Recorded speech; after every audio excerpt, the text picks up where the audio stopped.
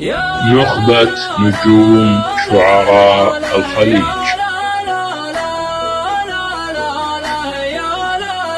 سلام الله على نفاع واللي ضايفه نفاع، سلام ما تغير هالليال وطول الايام. أنا أشوف الأسامي كلها فخر وصدور وساعة، أعرف الرامي اللي محترف ومساعد الرامي. هلا يا مرحبا وداد ما طاح المطر في القاع، بعد ما جيت أنا يا أبو فهد في المنبر السامي، ترى اللي يستفيد من الرجال الواعية ما ضاع، لو أنه ما يحضر له شهود وحضر محامي. ليا طاح المطر تلقى الدبش واهل الدبش رتاعة، على هداجتي ما يلحوير يا رد الضامي. أنا مبدع وأدور شاعر في قمة الإبداع، ألا يا طيب حظ الملتقى قحطاني ويامي. إلى طاح المطر يا صاحبي زين لنا الأوضاع، وتشوف الدمع ما له بصمة في خدود الأيتام، وأنا مبدع ومن يشرى الثمينة بالغلا ما باع، لو أنه يضحك الشعب اليماني من أهل الشام.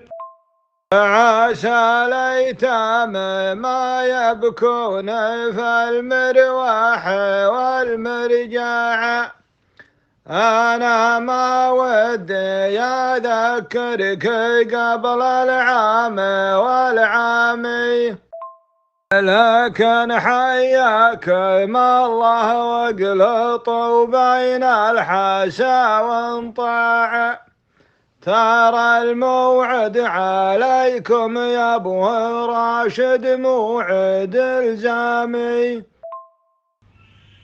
تفضل يا الحبابي هات علمك والصدور وساعة، أكيد أنك بجنبي لا خلاف ولا أنت قدامي، هذه دار اللينا والذيب تعرف موقفه لا جاع، يصحي عيني من جاه المنام وما بعد نامي، تحيز ربع في رجال محالف باقي 3 4، دخيلك يا الحواير تنتبه لا تجرح صيامي، تبع العلم الحقيقي كل عام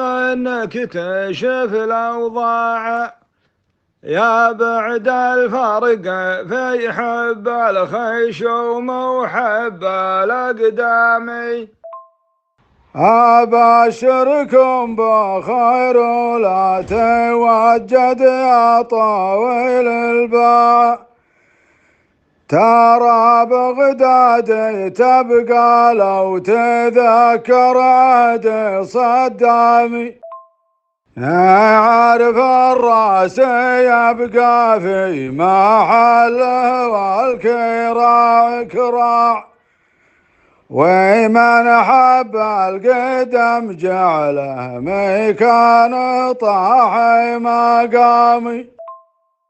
زرعت الشوك في دربي وكأنك تزرع النعناع، تبسم وابتساماتك ما تخفى كل ضرغام، توقع واحمد الله واشكره دام البطون شباعا، عطاك الله بعد جوع وظما ووهامي.